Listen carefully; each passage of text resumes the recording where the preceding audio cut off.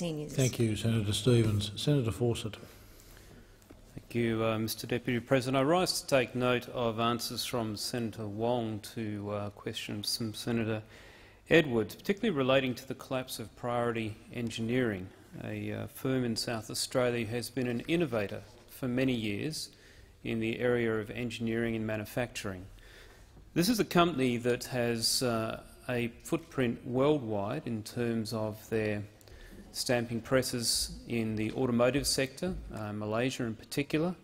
They've been a pivotal part of South Australia's industry presence, stemming back to the Collins-class submarine and some of the work they did on that, through to current projects. The vindictive that came across the chamber from Senator Wong today was particularly disappointing because it was about politics as opposed to the people that are involved in this company.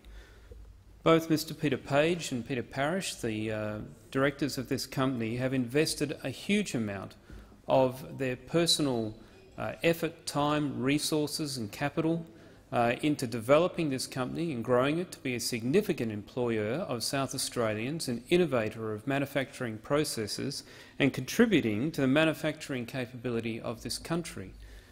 And to have their efforts dismissed in such a manner is truly disappointing. Priority Engineering is one of many firms in South Australia that has been encouraged by the government to move from their traditional markets of the automotive sector and mining into the defence sector. The government has consistently told them that there are huge opportunities for them by getting engaged with the prime contractors from overseas and getting into the global supply chain, and particularly into the support for acquisitions and sustainment in this country.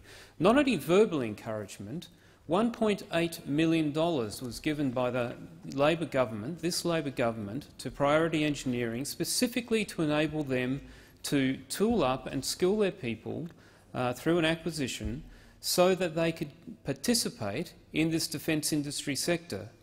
Now, for private business, that just doesn't come out of thin air. Those kinds of acquisitions means that you take on debt, and debt needs to be serviced. And one of the things that bank managers look at is where is your business plan, where is your work coming from? And in the case of defence industry, the document they look to is the Defence Capability Plan. And so when the government issues a Defence Capability Plan, and more importantly, they announce on the strength of that capability plan and a tender process, a preferred tenderer that they've entered into contract negotiations with, there is a high degree of expectation on the part of defence industry that the dates that have been put forward in the Defence Capability Plan and the tender will be followed through.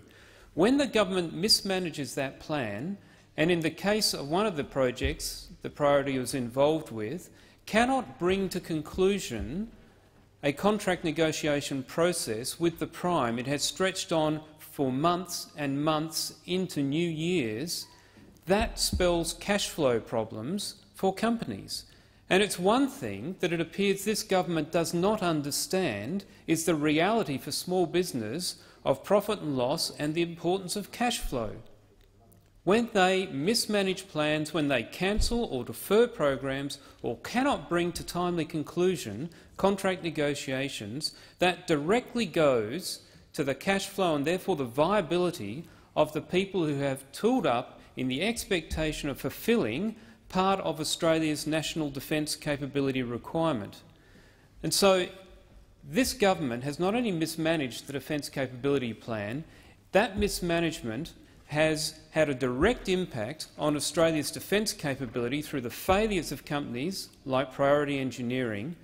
If the people of Australia cannot trust this government with defence capability and therefore the security of this nation, if they cannot trust them with the security of their jobs, then it is time for the people of this country to change the government so that we bring in a government that truly looks at the role that defence industry plays as part of the national defence capability of this country and puts in place defence capability plans that are achievable and predictable and will be implemented not only for the benefit of the nation but so that we can sustain the jobs and the innovation that defence industry has so consistently brought to this country. Thank you, Senator Fawcett.